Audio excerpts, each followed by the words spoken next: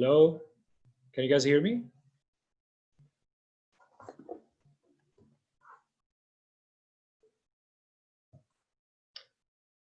Drop me a message, guys, if you can hear me.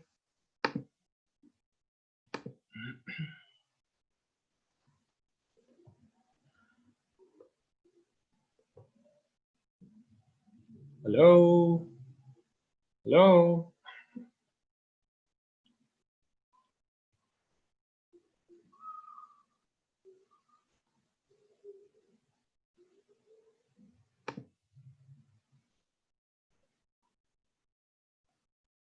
Okay, cool.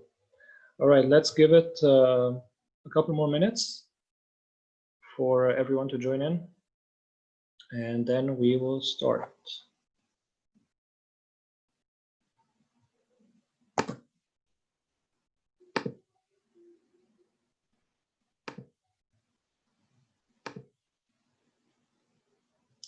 All right, let me try sharing my screen.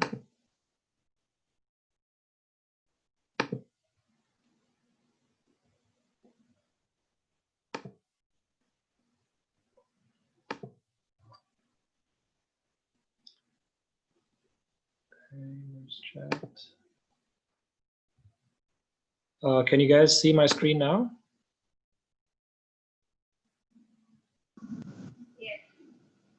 Okay, cool. All right.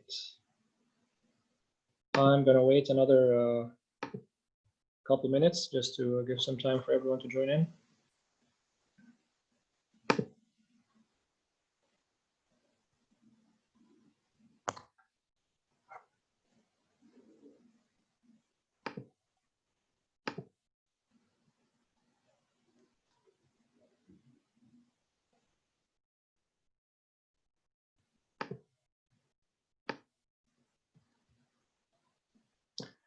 All right, let's kickstart this.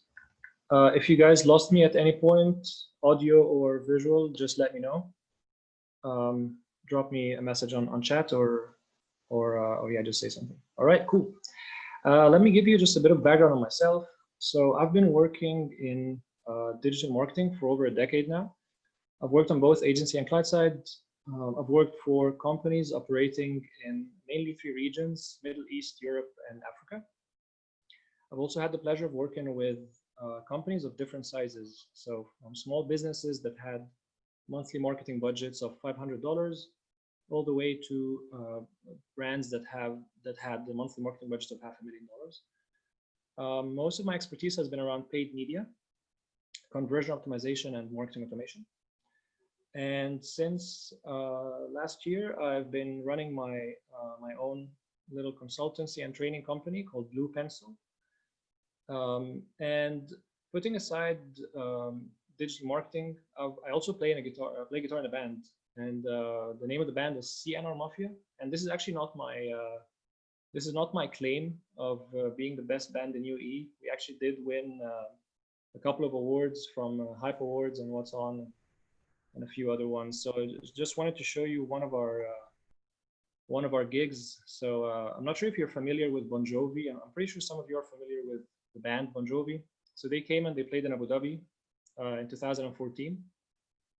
And we got to open for them. It was absolutely by far one of the best nights of my life. And this was around 25,000 people. And you see that look on my face. I had this look on my face for over a week after the gig. This is how excited I was.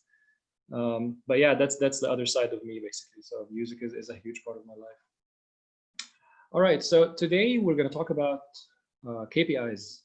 And throughout my career, I've worked with a lot of business owners of different company sizes, and the absolute vast majority of businesses, they struggle with defining their KPIs.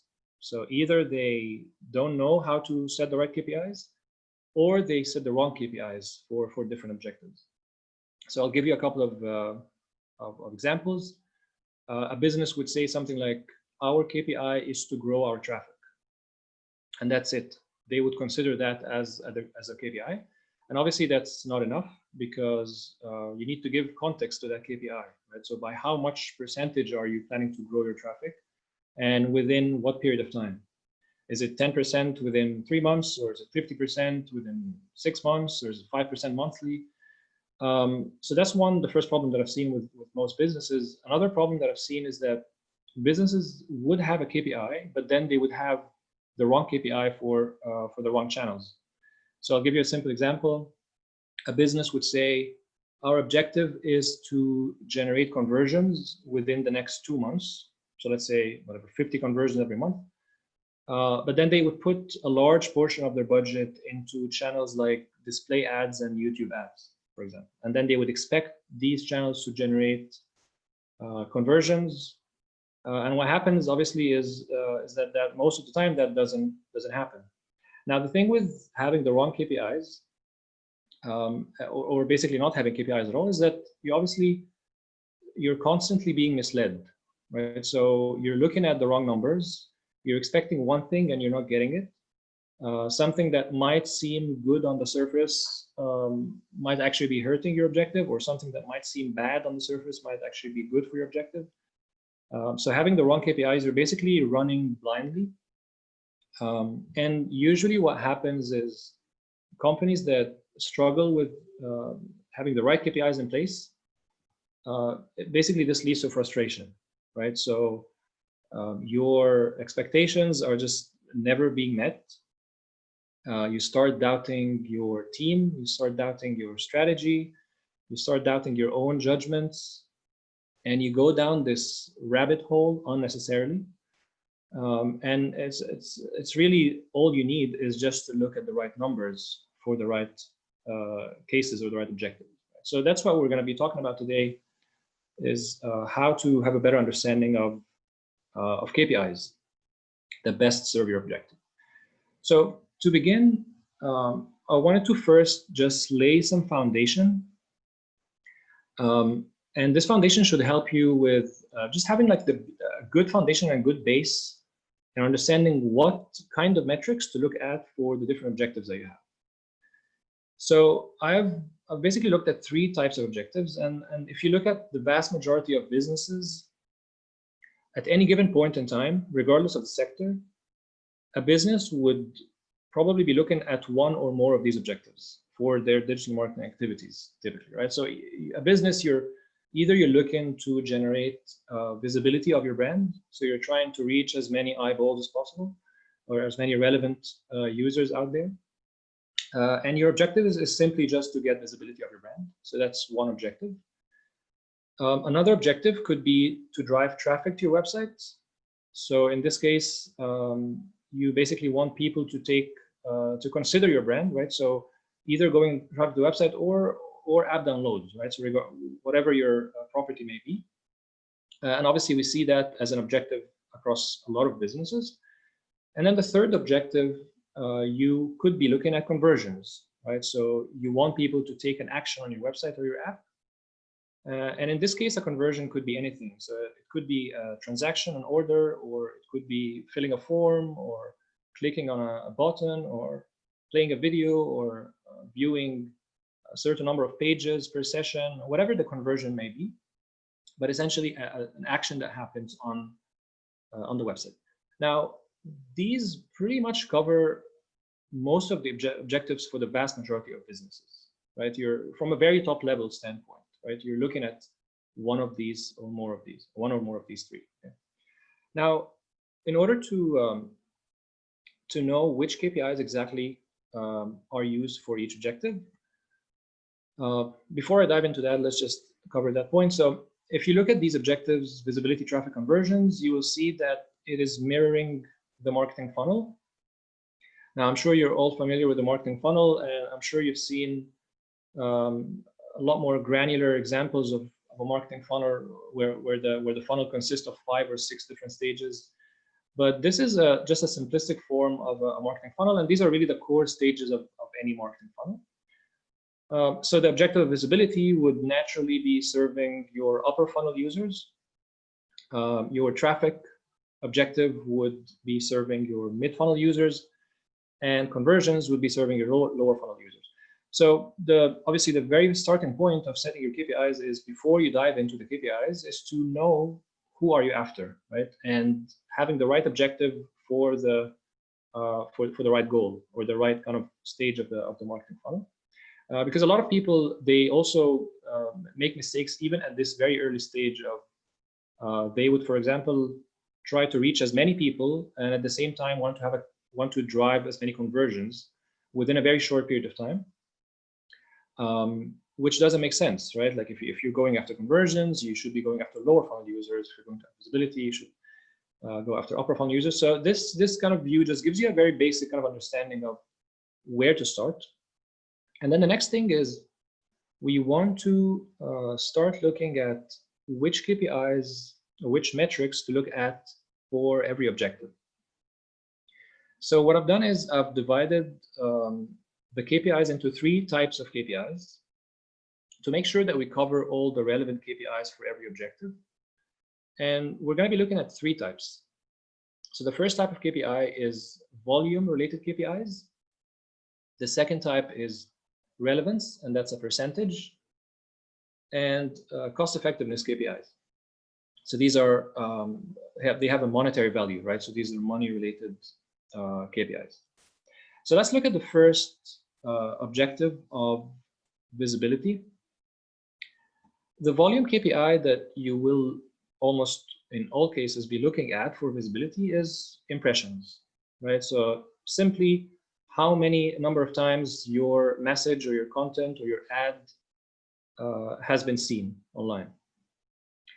So that's the very straightforward KPI, volume KPI for visibility.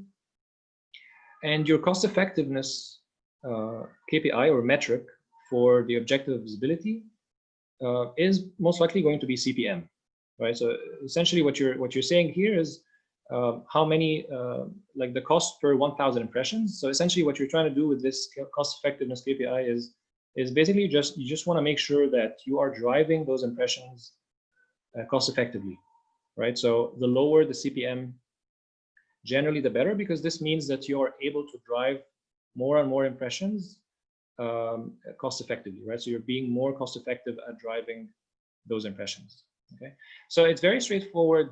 If your objective is visibility and purely visibility, these are the KPIs that you should be looking at, right? Volume of impressions and how cost effective are you at driving these impressions. Now, as a secondary metric, you might look at video related KPIs. So if you're running any piece of video, whether it's on social or YouTube or even display video placements, you obviously want to have a volume KPI for video views.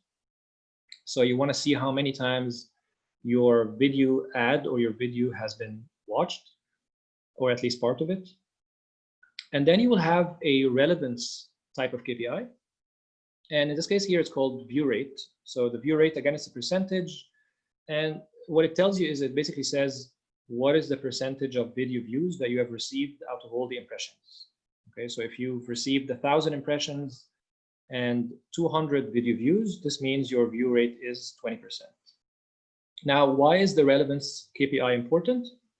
The relevance KPI is important because it tells you if whether your content or your ad or your message relevant to the users that you're targeting or not, right? So the higher the relevance KPI, always the better, because this means that more and more people are finding your content or your message or your ad relevant to them. And then the cost effectiveness KPI, in the case of video related KPIs, is CPV, right? So that's the cost per view. And again, it basically tells you how cost effective are you at driving those video views, right? So you always want to be lowering your CPV over time, because this means that you are being more and more cost effective. So the cost effectiveness KPI in general across all the different objectives is obviously very important, because you as a marketer or as a business owner or as someone that's managing a marketing budget, you want to be spending it as wisely as possible and as cost effectively as possible. So it's not only about the volume, but it's also about how cost effective are you. So these are pretty much all the, at least the vast majority of the KPIs and metrics that you will need to look at if your objective is visibility. So that gives us just a base ground on what numbers to look at to start with. Okay? Now, you might have different objectives for different channels. And so then you would also have to follow these KPIs for the objectives, whether they are on a campaign level or on a channel level or on a whatever the level is that you're looking at. All right, let's move on to the next objective. So if your objective is traffic, again, the volume KPI in this case is going to be clicks, or in other cases, you could refer to it as website visits. So there's some discrepancies there, but we don't have to get into this now. So let's just assume that clicks is the same as a website visit. So clicks in the case of a website and app installs in the case of an app, right? So your volume KPIs depending on whether you have a website or an app. The relevance KPI in the objective of traffic, you will be looking at CTR or click-through rate. And again, that's a percentage. And basically it tells you the percentage of clicks that you've received out of all the impressions, right? So if you received, again, 1,000 impressions and 100 clicks, this means that your CTR is 10%. And again, the relevance KPI tells you how relevant is your content to your audience, right? So you obviously want to always be increasing your CTR because this means that more and more people are finding your content relevant. And then the cost effectiveness KPI in the case of the objective of traffic is CPC or cost per click in the case of a website, and CPI or cost per install in the case of a mobile app.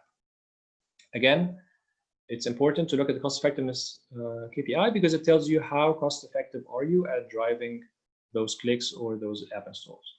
So you could say, for example, our objective for the next month or the next quarter is to drive 500 clicks at a CPC of 80 cents, for example.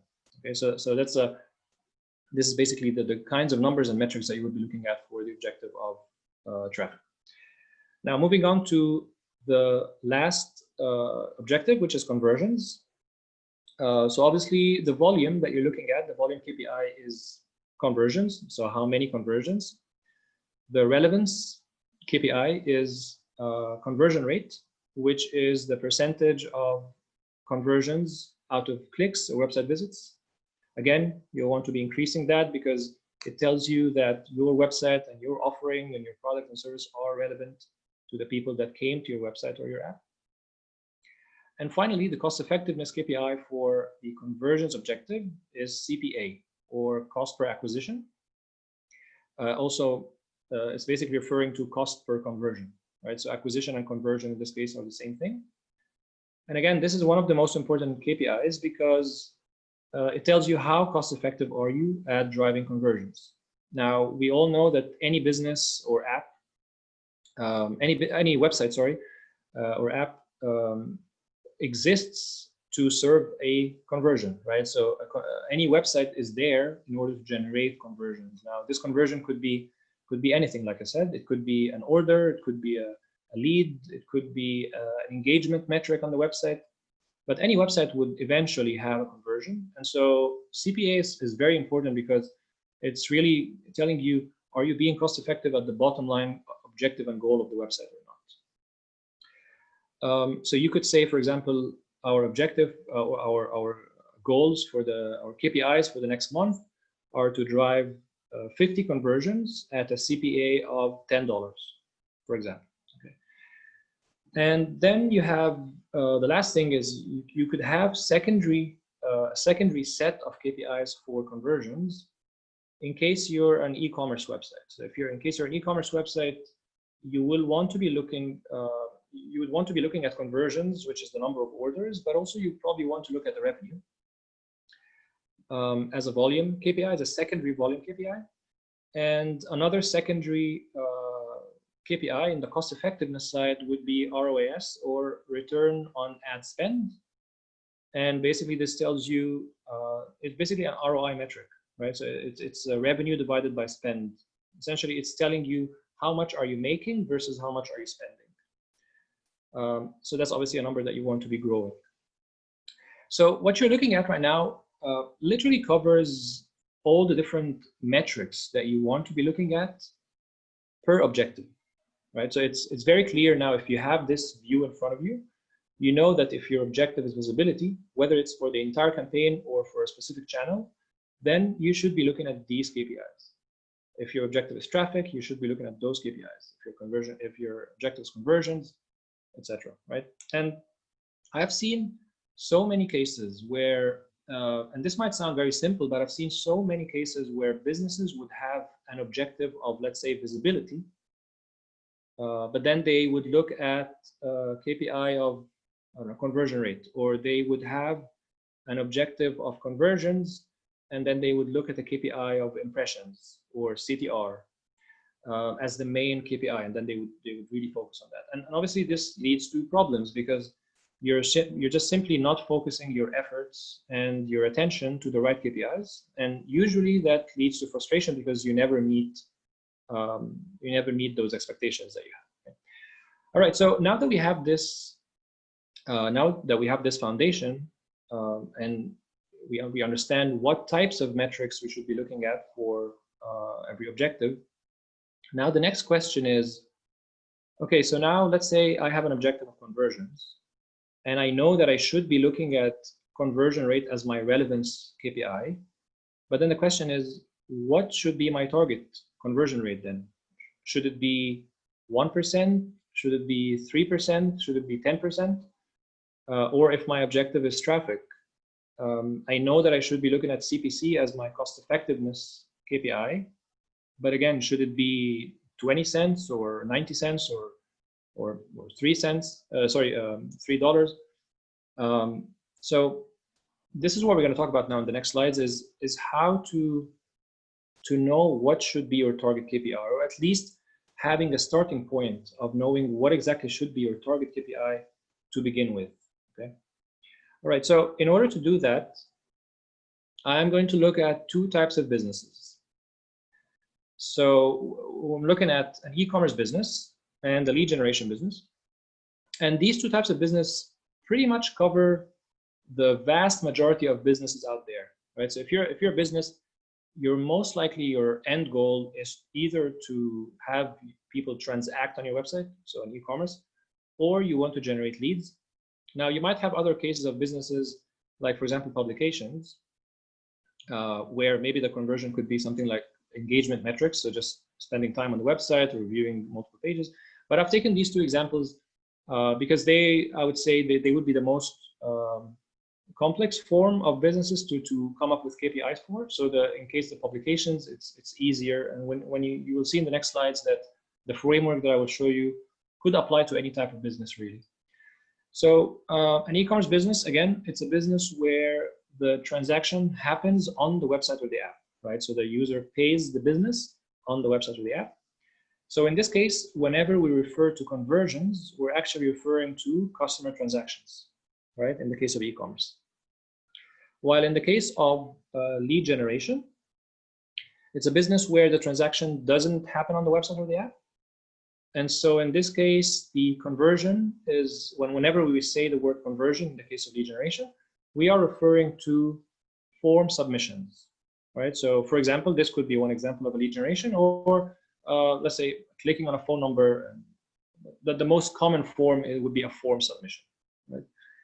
So basically, we're going to take these two examples of businesses and see how we can come up with KPIs for determine the exact KPIs for each type of business. So let's start with e-commerce. Just give me 1 second, guys. I'll be right back. Hold on.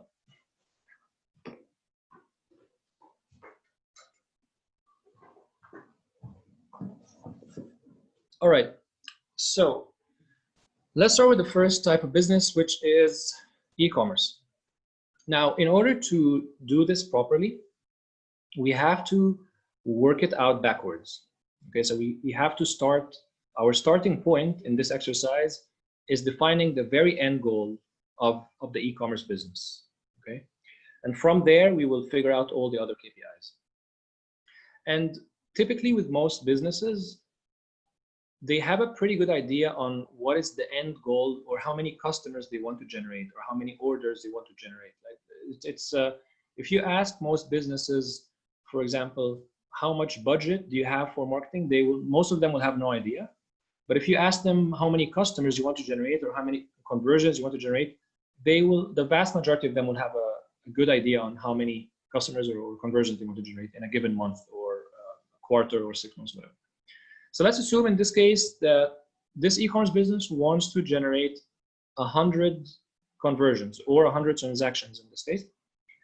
All right, so the very first step, so we know that we want to generate 100. The very first step we want to do is we want to translate those conversions into clicks, right? So the first question we want to answer is, how many clicks do I need in order to, let me just check, I think something's happening on the chat. Are we all good, or are we going to receive the recording? I will tell you at the very end of the slides. I will give you,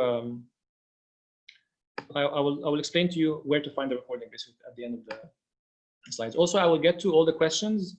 I will go through all the questions that you guys post on the chat at the end of the session, right? Okay, so now we have 100 transactions or 100 conversions. The first thing we want to do is we want to translate this into clicks. Okay, so how many clicks do I need in order to generate 100 conversions? And in order to answer this question, you need to figure out the conversion rate, right? So the expected conversion rate. Now I've put 3% here as a random number, but there are two ways typically to figure out or to have an assumption for your conversion rate. And these two ways are, the first one, if you have historical data, so you've already been running campaigns, or your website already exists for a few months, and you have historical data that you can look at. So you could look in your web analytics tool and figure out your conversion rate for the last 30 days, for example. So this can be a benchmark for you. Or if you're starting from scratch, you can try and find online some industry average benchmarks. Okay, so there are reports online and research that different companies do and publish, where they give benchmarks and average benchmarks of conversion rate, for example, by industry. So one place as a starting point you could look at is there's a website called WordStream, and every year they publish benchmarks of things like conversion rate and CPCs and CTR across different channels, across different sectors. So it could give you just a starting point at least. All right, so let's say we figured out the conversion rate to be 3%. Okay, so now it's easy to calculate to estimate the volume of clicks required to generate 100. You basically divide 100 by 3%. So it gives you 3,333 clicks. So now we know that we need to drive around 3,333 clicks in order to generate 100 conversions. Okay. Second thing we want to do is we want to translate our clicks into spend, right? So we want to know how much money or spend do I need to invest in order to generate those 3,333 clicks. So the metric that you need to find to answer that question is CPC, right? So you need to expect to have an assumption around the expected CPC. And again, two ways to find that. Either you look at your historical data if you were previously running campaigns, or you could find industry average benchmarks if you're starting from scratch. Okay, so now we know in order to achieve 100 conversions, we need to drive 3,333 clicks. And in order to drive that many clicks, we need to spend $5,000. Now, the next thing you want to do is you want to calculate the CPA, or the cost per acquisition, according to this plan, right? So basically, you're saying that if I follow this plan, my CPA, my expected CPA, will be $50, which is $5,000 divided by 100 conversions. Okay. Next thing you want to do in this exercise is you want to compare that CPA to your average order value, right? So every time a transaction happens, how much revenue do you make on average, right? So you could probably have different product categories. You could get the average of either your entire website, or you can have average order value per category, per product category, right? But the whole idea here is that you want to compare that CPA to your average order value. Why? Because you want, essentially, if your average order value is, let's say, $80, then you know that you are spending $50 to drive an order, and that order brings you $80. So you have a bit of margin there. Or if let's say your average order value is $40, then you know that you are spending more than you're making on every conversion or every transaction or every order. Now, obviously, when you discuss the margin, this is not factoring in operational costs and other costs outside of marketing, but this is just to give you a simple example of how basically you would approach the whole thing. And later on, I will explain in more detail on this point of margins. But for now, what we're looking at right here is basically a very clear guide and view on exactly what are the KPIs, first of all, that you should be looking at, but also what are the targets that you should be following. Okay, so if you have that view before you launch any campaign, you are in a very, very good position to optimize your campaign also throughout the campaign, regardless of the channel, right? So many businesses I've seen over 10 years, it's rare that I've seen a business that had that kind of view before they launch a campaign, right? So most businesses, what they would do is they would throw a random budget, hoping that they would achieve their goals or objective or target of, let's say, 100 conversions in this case. And as the campaign is running, they are tweaking things here and there randomly, right? So they're not really having specific targets for every step of the way. But having that view gives you a very clear idea. Okay? Now, the other thing also to keep in mind is that if you look at the green circles here, so CPA and transactions or conversions, both of these green circles are an outcome or a product of the red circles, right? So essentially what I'm saying is that if you spend $5,000 at an average CPC of $1.5 and an average conversion rate of 3%, you will automatically achieve 100 conversions and a CPA of $50, right? Because it's just pure math. So now you know exactly what are the things that you need to tweak, right? You know that the three things that you have to tweak in this whole thing is you want to make sure that you're spending the full budget, you want to make sure that you're not going above $1.5 CPC, and you want to make sure that you're following 3% conversion rate at least. Now, obviously, you might overachieve these targets, but it's very important and it's very useful if you're not achieving those targets. For example, if you saw that your CPC is much higher than 1.5 after running the campaigns, then either you try and reduce that CPC or you try to bring up your conversion rate through optimizing your website, for example. Right? Or if you saw that you're meeting the conversion rate target, 3%, and you're meeting the CPC target, $1.5, but you're simply not spending the full budget, then you know that you just simply need to spend the full budget, right? So it makes things very clear and kind of easy to follow for both the business owner or the person who's managing the whole thing, as well as the person that's running the campaign, right? So whether you're on an execution level or on managerial level, having this kind of view gives you a very good starting point and a very good kind of guidance to follow throughout the campaign and also before the campaign. All right, now let's jump to the other type of business, which is a lead generation. All right, so in case of a lead generation, again, we start backwards. So we're going to assume that we want to generate 50 customers. Now, remember, when I say 50 customers, this is not the same as a website conversion, because in lead generation, a website conversion is not equal to a transaction, right? So it's not yet a customer. And that's why in the scenario of lead generation businesses, we have an additional step that we have to include, which is the lead to customer ratio. So essentially what we're trying to say here is how many website leads or how many website customers, conversions do I need in order to generate 50 customers? And in order to answer this question, we have to figure out the lead to customer ratio, right? And this is something that you are going to have to figure out from your internal records. You're going to have to look at your historical data and see if you receive 100 leads, how many are you able to close from those 100 leads, right? So let's assume it's 30%. So you looked at your historical data and you figured out your lead to customer ratio is 30%. So now we know that in order to generate 50 customers, we need to have 166 conversions happening on the website. And keep in mind that this number here, so if you're starting from scratch, you're probably going to have a very kind of like a pure assumption on the lead to customer ratio because you don't have any historical data. But you can always tweak these numbers as you launch the campaigns, right? So after you launch the campaigns, you can always tweak these numbers and go back and either improve it or see if it's too high or if it's too low, etc. Okay. So let's assume now we know that we need to generate 166 conversions. Now the rest of the process, the exercise, is the same as the previous exercise, right? So we want to translate conversions into clicks. So again, you look at your conversion rate, whether through historical data or you find industry average benchmarks. So let's say the conversion rate that you expect is 3%.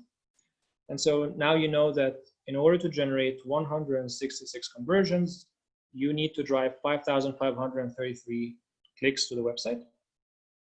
And then the next thing is you want to find out how much do you need to spend, what kind of budget you require in order to achieve this number of clicks. And again, the connecting metric here is CPC. So again, you could look at your either historical data or industry average benchmarks. And let's say in this case, we assume that our CPC will be $2. So now we know that in order to achieve this number of customers, we need to spend $11,000, okay, according to this. And the next thing is you want to calculate your CPA. So how much does it cost you to acquire a customer?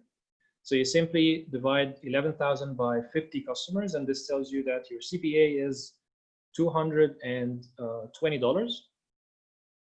And then the next step is to look at your average customer value, right? So again, similar to the previous exercise, how much revenue do you make from one customer? So let's say in this case, if you have $400, if you make $400 per customer, then you know that you're making that margin. Or if you make 150, then you know that you're spending your acquisition cost is higher than the revenue that you make. And again, similar to the previous exercise, you have here the green circles, which are your CPA and your number of customers. Again, these two green circles are entirely influenced by the red circles, right? So you know, if you have this view in front of you before launching any campaign and during the campaign, if you know that you spend $11,000 at a CPC of $2 and a conversion rate of 3% and a lead to customer ratio of 30%, automatically you will generate 50 customers and your CPA will be $220, right? So in this case here, these two green KPIs are obviously very important because this is here your volume KPI, customers, and right here is your cost effectiveness KPI, CPA, right? And so again, this just by knowing this, or just by having this view in front of you before you launch any campaign, already puts you ahead of so many other businesses, right? So there's so many other businesses that just I personally have maybe seen this once or twice in my entire 10+ year career. So this already just puts you in a very good position. And again, you're not running things blindly, right? Because you have a very data-driven approach to your planning, but also your optimization of campaigns. And keep in mind that this kind of exercise doesn't only apply to paid media channels. So you could apply this to organic channels like SEO or email marketing even. So in this case, you would basically just skip the KPIs related to cost. So all the cost KPIs like spend and CPC, you would basically skip those, and your exercise would end at clicks, right? So you would still do the same thing: customers, lead to customer ratio, conversion rate, and volume of clicks. All of these still apply to organic channels, really. So this exercise is not only for is not only for paid media. This is something that you can do for any traffic source or any digital marketing channel. Now, I wanted to talk a little bit more about this section right here. So the average customer value. So we said in this case that according to this plan, our CPA, our target CPA is going to be $220. So that's like the absolute minimum CPA that we should have. Absolute maximum CPA that we should have, sorry. So let's say in this case, your average customer value is actually $150, right? So your average customer value is actually lower than your acquisition cost. Now, a lot of businesses would look at this and immediately look at the CPA as a very high CPA, right? So they would immediately make a judgment and make a decision that we have to reduce this CPA because it's higher than our average customer value. And when you say it initially, it makes sense because you're spending more than what you're making. But when you start looking at the customer lifetime value, things start to change, right? So let's have a look at this exercise of customer lifetime value. So let's say, according to that plan, in order to acquire a customer, the acquisition cost is $220, okay? And this customer brought us revenue of $150. So at this point, we're not happy, right? We're not happy because we are making less than what we're spending. But what if this customer, the following month, buys again another product or upgrades their service, okay? Or simply your business model is a recurring revenue model where the customer buys every month. So let's say a SaaS company, for example. So let's say in this case, the customer bought again. So now the revenue that this customer has generated for you is not $150 anymore, it's $300, right? In total, right? So this one customer brought you $300.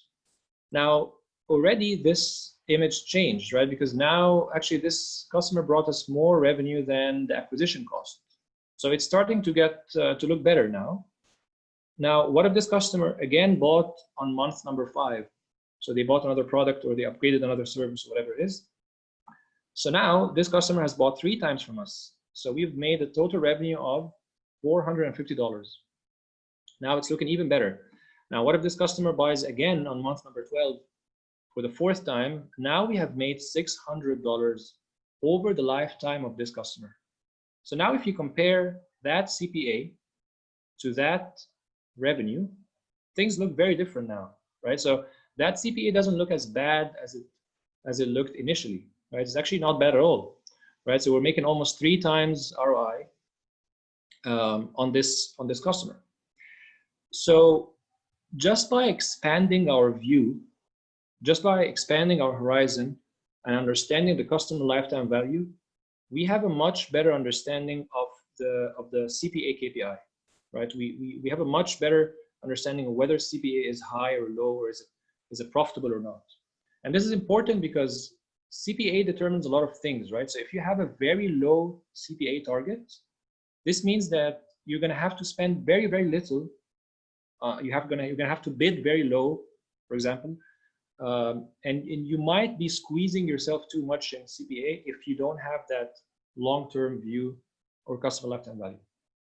Now, obviously, another thing is that if your entire business lifetime, your entire business is only open for 3 months, then customer lifetime value doesn't make sense. But obviously, we know that every single business out there is out there to last for years, right? So if your business model is to last for years, then your planning and your KPIs should also have that long-term view, right? Like, so it doesn't make sense to have a business that is running for years, but your analysis and your KPIs and your view is only limited to like 1 month, right? So like the initial revenue that you make, you have to expand your view when it comes to customer lifetime value.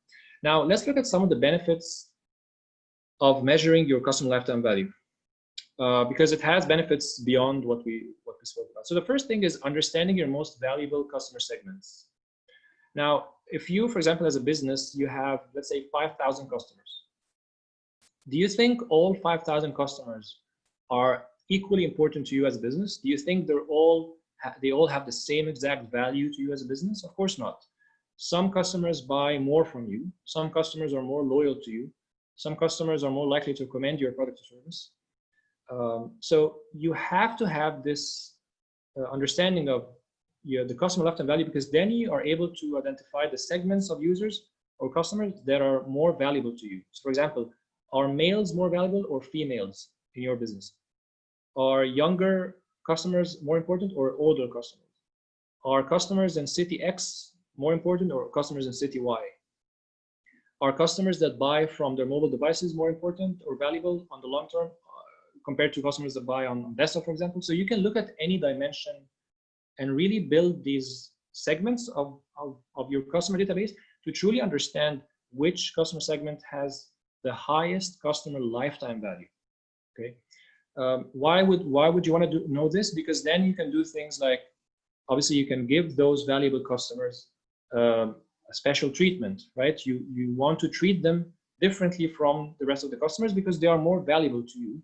Maybe you give them offerings and special discounts or promotions or whatever it is, or invite them to events. Or you could also do things like you can take that very valuable customer segment and run a lookalike audience on different channels, advertising, right? So you basically go and try and find other users out there that are very similar to those valuable customer segments that you have, right? So that's the first benefit, understanding your most valuable customer segments. The second thing, which is very related to our discussion today, is understanding your most valuable digital marketing channels. So let's say in this example, you are running 3 channels: Google Ads, display ads, and social media ads. And from the initial analysis, you saw that social media ads actually is the best performer in terms of CPA, right? So it has the lowest CPA, $50, while display ads seems to be the worst channel from the initial analysis. But the thing is, if you expand your horizon and if you start looking at the lifetime value of the customers that are generated from each one of these channels, you might find that actually customers that come from display ads have a higher lifetime value. So let's say in this case, $1,200. So even though they had the highest initial CPA, which might tell you that it seems to be the worst channel, but if you expand your view, it's actually the most profitable channel for you, because the customers that come from display ads, for example, in this case, have the highest lifetime value. So this is obviously very important because a lot of businesses, they make decisions on where to spend their money based on the initial CPA analysis. So they would run a campaign, they would look after 4 or 6 weeks or after a quarter or whatever it is, and they just look at the CPA and make their decisions based on CPA, which is a good starting point. But you can also get more sophisticated in your analysis and your analysis of campaigns and look at the customer lifetime value of these channels. And this, because this tells you which channels are more valuable to you on the long run. The third benefit you get from understanding customer lifetime value is that it helps you in setting the right CPA targets. So going back to this example that I mentioned earlier, we looked at the CPA of $220. We saw that if you're a business that only looks at the initial customer value, so just the initial average customer value, you will immediately say that the CPA is very high because you're making less than what you're spending. But if you have a more kind of longer view of your customer lifetime value, and you know that the average customer lifetime value is actually $600, then this tells you that this CPA is actually not that bad. Okay, and remember that again, if squeezing yourself too much in CPA, what it does to you as a business is that it forces you to do things like bidding very low because you want to spend less in general, which means that you get less reach, right? Obviously, there's other factors, but squeezing yourself too much in your CPA can actually hurt you if you don't have this kind of longer view of things. Now, obviously, if you're a business that is just starting out, you're not going to be able to look at your average customer lifetime value from day one, right? Like you have to have some historical data. So this is an exercise that, like, when it comes to customer lifetime value, this is something that you would need to look at after you have spent a few months already, right? Like, if you need to be, as a business, you need to be running for a period of time before you can actually, before customer lifetime value makes sense to you as an exercise. Now, this is the calculation of customer lifetime value. And again, this is, I'm not going to spend much time here, because this is basically very straightforward. It's just mathematical calculations that you would follow using your internal records. The one thing to keep in mind is that there's no way you can have a good understanding of your lifetime customer lifetime value if you don't have a proper CRM in place, right? So if you don't have a CRM in place that can track the purchase history of your customers and can segment your customers by different dimensions, it's going to be very difficult for you to understand the lifetime value, right? So Excel sheets are not going to work for this. So you really have to have a good CRM platform in place.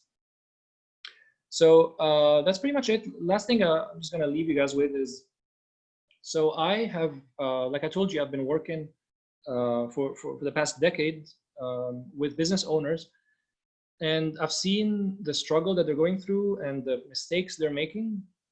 So what I've done is that I've put together essentially an online course or a video series specifically designed for business owners or let's say company directors or managers. And it literally covers everything that business owners need to know when it comes to digital marketing from A to Z, right? So I cover obviously the things that I spoke about today in a lot more details, but also there's so many other things that I cover in that video series. Like this lecture today was literally just scratching the surface of what the course offers. So I would advise you guys to head over to education.bluepencil.ae. Just have a look at the course. All the contents are mentioned there in the course, and please feel free to email me at tariq@bluepencil.ae in case you have any questions about this lecture or just in general if you have any questions about anything. Also, regarding the question asked about, is there a recording of this lecture? So yes, if you go to education.bluepencil.ae, I'm offering this lecture that I did today for free. So you can just register and access this lecture for free. You can have lifetime access to it. So yeah, it's basically recorded there. You just need to register, and it's for free. You don't have to pay for it. All right, let me jump into the chat to see what questions we have there. Chat.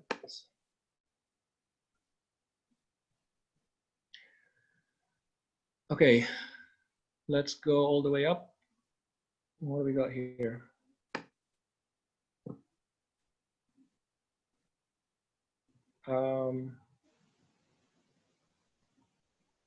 Let me just go through this.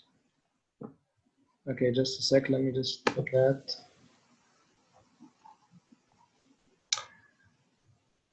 Regarding lead generation. So regarding lead generation, so Dunya mentioned regarding lead generation, wouldn't form submission happen on our website? Yes, it would happen on our website in a lot of cases. You might have form submissions outside of the website through, for example, something like Facebook lead ads or LinkedIn lead ads, but yeah, form submission would happen on the website.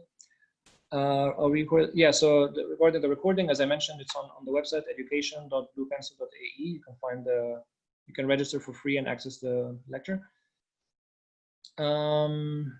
WordStream, Maha, yes, WordStream is it's basically a SaaS company.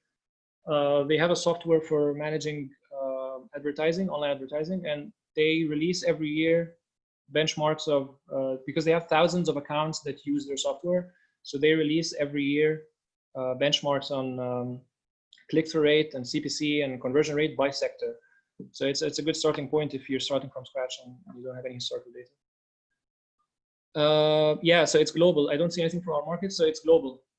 So that's just one of the sources, right? You can also try and research more on Google, but WordStream, they give just a good benchmark globally. And when it comes to click-through rates, for example, you will probably not have a huge discrepancy between markets. you might see big discrepancies or discrepancies in general when it comes to things like CPC, for example, but at least click-through rates, conversion rates could also be relatively relevant across across markets. What else?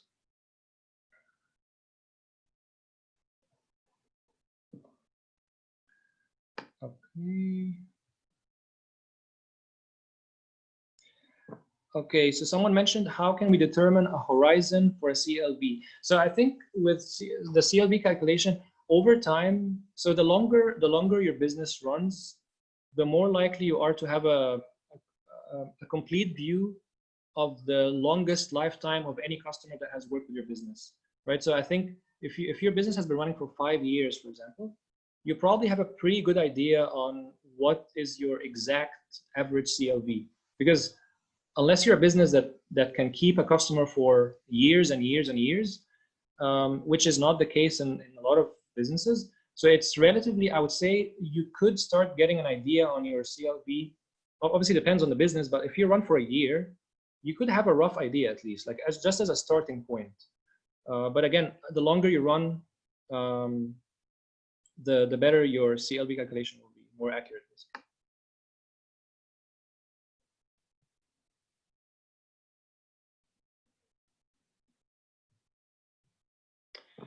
Why would customer loyalty be different based on channel they have originated from, the customer's loyal user experience of the brand? So in some cases, you might find, if you look at the data, you might find that certain channels are basically bringing customers that just happen to be more loyal. So this is, it's not something that necessarily going to apply in every single business, but it's important to look at because, as I mentioned, you might see that customers that are coming from one channel, or they might have a lower or higher CLV compared to other channels. So it's good to have that, to keep in mind, or at least to have a look at it, just to make sure that you're spending your money on the things that bring you the highest value. If there are any reports for a UAE market, so there are some reports. I wouldn't say it's not as extensive as the Western world, unfortunately, when it comes to like reports on click-through rates and CPC. You know, I guess if you work for an agency, you could actually start that, right? So if you work with an agency, I'm sure you have you work with a lot of businesses, and I mean, it's all anonymous data, so you could be the one that start releasing average benchmarks for the UAE, for example. That could be a good project.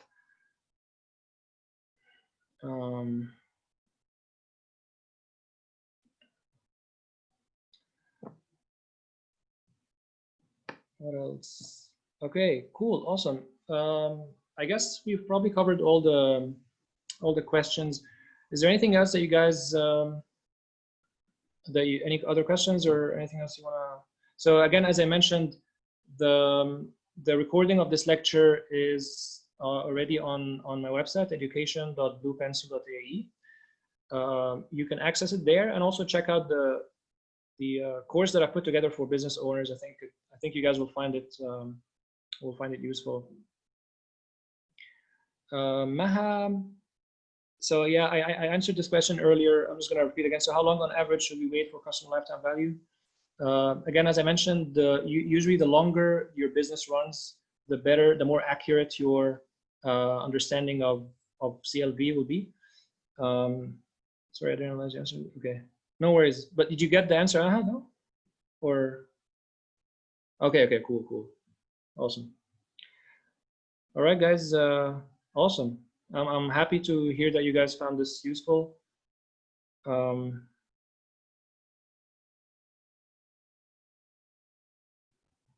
We are like awesome.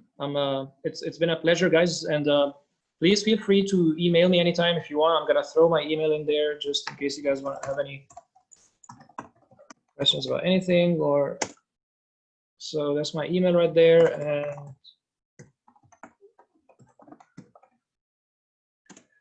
awesome. All right, guys, I will love you and leave you, and stay safe and well, and we will be in touch soon, probably. Yeah. Awesome. Have a good one, guys. Bye-bye.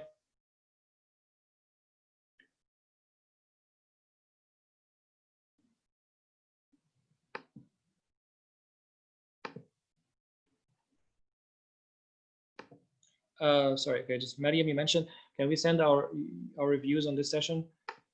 Yeah, I mean, if you you can email me on that, and I will probably guide you on that. Yeah. All right. Awesome. Cool. All right. Have a good one, guys. Bye-bye.